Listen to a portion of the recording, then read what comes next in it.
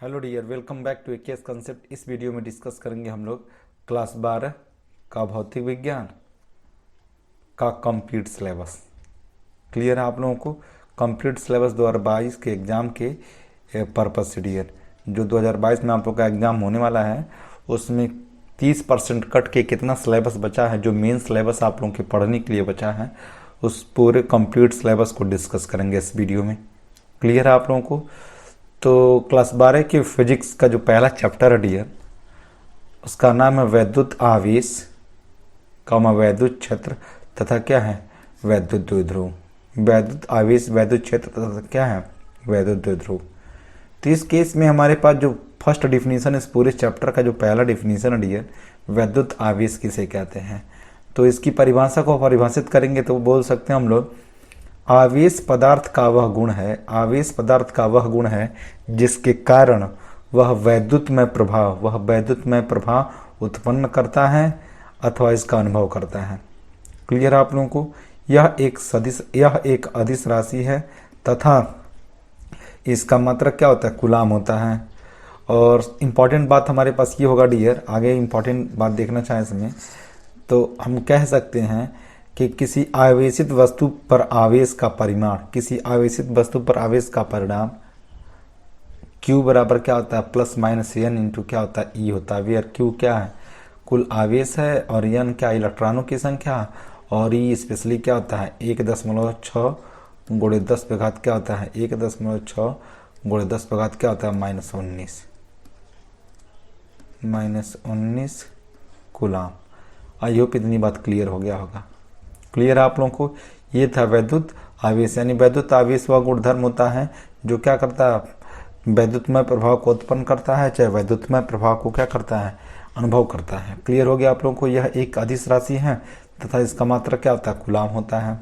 I hope यहाँ तक clear कर लिए होंगे आप लोग। नेक्स्ट अगली बात करेंगे डियर, तो वैद्युत आवेशों के मूलभूत गुणधर्म क्या होते हैं, इसको डिस्कस करते हैं। तो इसके डिस्कशन के लिए देखेंगे डियर हम लोग आवेश संरक्षण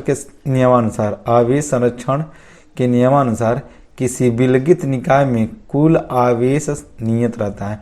विलगित का मतलब होता है डियर, ऐसे पदार्थ जो न तो उष्मा को एक्सेप्ट करते हैं और न ही उष्मा को क्या कर सकते हैं, रिजेक्ट कर सकते हैं। तो ऐसे निकाय को हम लोग बोलते हैं विलगित निकाय, यानी जो न उष्मा लेगा न उष्मा देगा, उसी को हम लोग क्या बोलते हैं, विलगित बोलते हैं।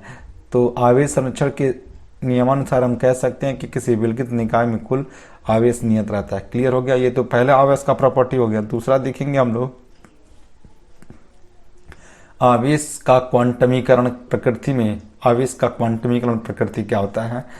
तो आवेश के क्वांटमीकरण प्रकृति में प्रत्येक आवेशित वस्तु पर आवेश एक निश्चित और न्यूनतम आवेश का पूर्ण गुणक होता है, जिसे मूल आवेश कहते हैं, जिसे क्या कहते हैं, मूल आवेश। और इसे ई से प्रदर्शित करते हैं। इसे किससे प्रदर्शित करते हैं, ई से।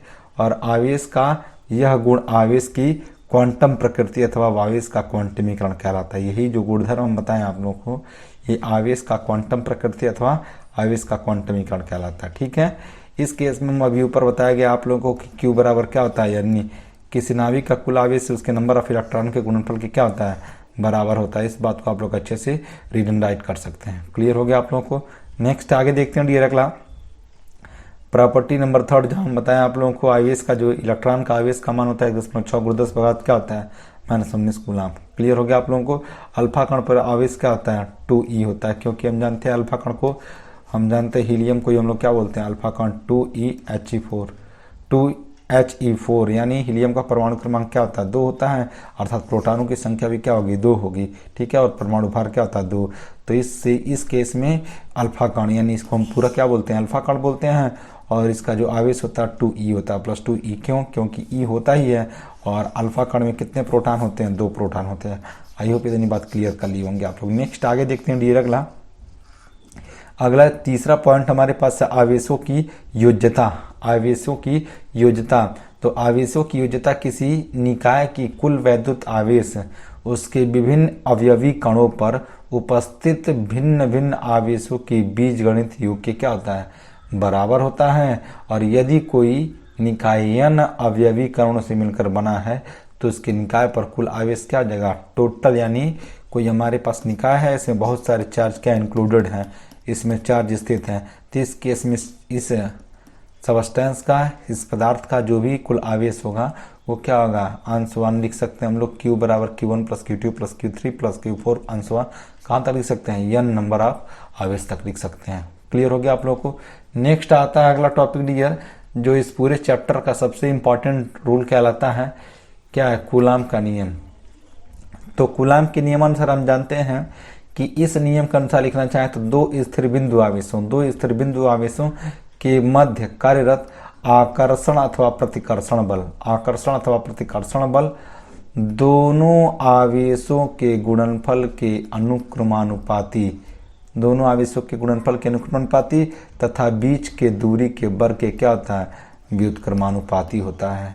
क्लियर हो गया आप लोगों को, यानी F = लिख सकते हैं Q1 × Q2 और F = दूसरा लिखना चाहें तो 1 क्या लिख सकते हैं, R का स्क्वायर। अब इन दोनों इक्वेशन को हम क्या कर देंगे, कंबाइंड कर देंगे, तो इस केस में हमारे पास जो फाइनल रिजल्ट मिलेगा डी है वो हो जाएगा F = KQ1 × Q2 पूरे का बट्टा क्या आएगा, R का स्क्वायर आएगा, जहाँ K क्या है, एक अनुक्रमानुपाती नियतांक है जिसे क्या बोलते हैं, कूलाम का नियतांक बोलते हैं। क्लियर हो गया आप लोगों को। और K का मान लिखना चाहें डियर, यहाँ पे जो K कांस्टेंट के रूप आया, K कांस्टेंट के रूप में क्यों आया है, क्योंकि ये हमारे पास दोनों क्या है, अनुक्रमानुपाती का चिन्ह था।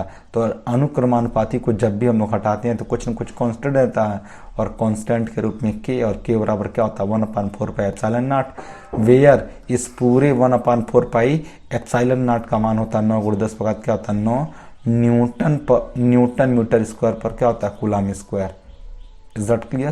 तो ये था हमारे पास तीसरा रूल। क्लियर हो गया आप लोगों को। अगला देखते हैं डियर, बहुल आवेशों के मध्य अध्यारोपण का सिद्धांत। तो ध्यान से देखिएगा, इस सिद्धांत के अनुसार किसी बिंदु आवेश पर अन्य बिंदु आवेश के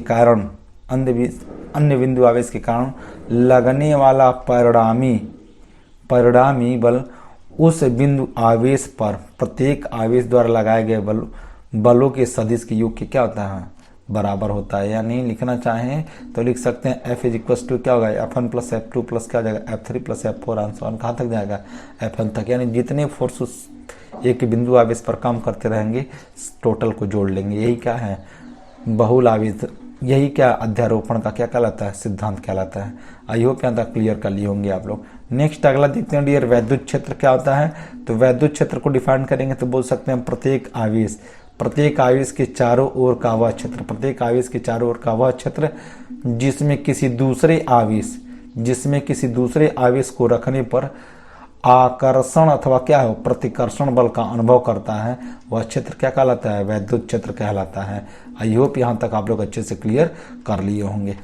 नेक्स्ट अगला देखते हैं डियर, वैद्युत क्षेत्र की तीव्रता को कैसे डिफाइन करेंगे तो लिख सकते हैं वैद्युत क्षेत्र में किसी बिंदु पर रखे परीक्षण आवेश पर लगने वाला बल तथा परीक्षण आवेश के निष्पत्ति को उस बिंदु पर क्या कहते हैं, वैद्युत क्षेत्र की तीव्रता कहते हैं। आई होप यहाँ तक आप लोग अच्छे से क्लियर कर लिए होंगे आप लोग। नेक्स्ट आगे देखते हैं डियर इसके, तो नेक्स्ट इस टर्म एंड कंडीशन को अगर स्टेटमेंट देना चाहें तो E बराबर क्या होता है, F/क्या होता है, Q0 होता है, जहाँ ये Q0 क्या है, एक परीक्षण आवेश है, और इस परीक्षण आवेश पर लगने वाला जो बल है वो क्या है, F है, और इस परीक्षण आवेश पर जो लगने वाला बल होगा वही इसकी वैद्युत क्षेत्र की तीव्रता E कहलाती है। इसी बात को लिखना चाहे तो लिख सकते हैं हम लोग E बराबर क्या होगा, F/Q0, यानी परीक्षण आवेश है, इस पर लगने वाला बल क्या F है, और ये इसका क्या कहलाएगा, वैद्युत क्षेत्र की तीव्रता, यानी E बराबर F/Q0 है। इसी बात को लिखना चाहें तो याद कर सकते हैं F बराबर क्या आ जाएगा, QE, अच्छा बोल सकते हैं QE0। क्लियर हो गया आप लोगों को। ये था इसका पूरा इंपॉर्टेंट टॉपिक जिसको हमने क्या किया, डिस्कस किया है।